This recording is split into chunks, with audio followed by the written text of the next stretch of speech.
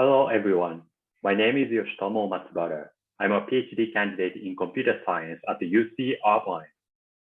Today, I'm going to present our recent work on supervised compression for resource-constrained edge computing systems. Nowadays, we have computers and machine learning applications everywhere. However, accurate deep learning models are usually resource-intensive for mobile devices. And it motivates us to offload heavy computational tasks to cloud and edge servers. In this study, our focus is on resource-constrained edge computing systems that consist of mobile device and wireless communication channel with limited capacity and cloud or edge server. Mobile device usually has a battery constraint and limited computing resource.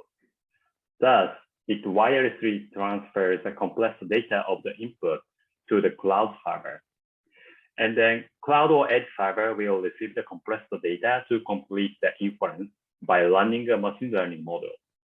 Because it has a stronger computing resource such as GPUs, the processing delay on this side is usually pretty negligible. To address such problem, the one approach is to use split computing or partial offloading. In this scenario, the mobile device transfers the compressed features called the bottlenecks because such features are smaller than the compressed input. However, in most cases, deep neural network models have no natural bottlenecks at early layers, and it results in the higher encoding costs on the mobile devices.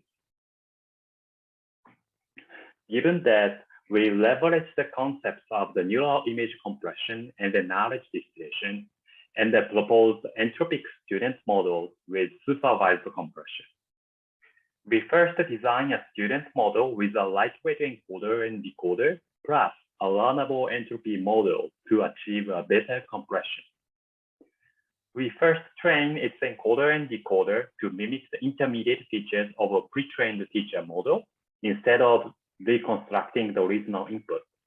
And then we fine-tune the decoder and the remaining layers for each of the downstream tasks. Here we have our results for the ImageNet dataset. This plot shows the compressed data size versus the model accuracy. We have the 7 strong baselines, and we significantly outperformed all the strong baselines and achieved the new state-of-the-art rate-distortion trade-off as shown in this plot.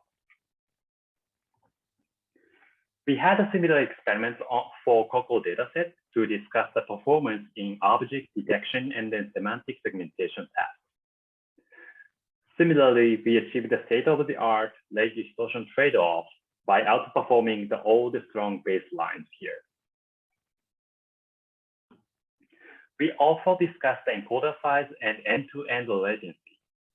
Compared to MobileNet V2 and V3, our lightweight encoder saves about 96 to 98% of the model size deployed on the mobile device. We also reduced the end-to-end latency by 47 to 62% for resource-constrained systems.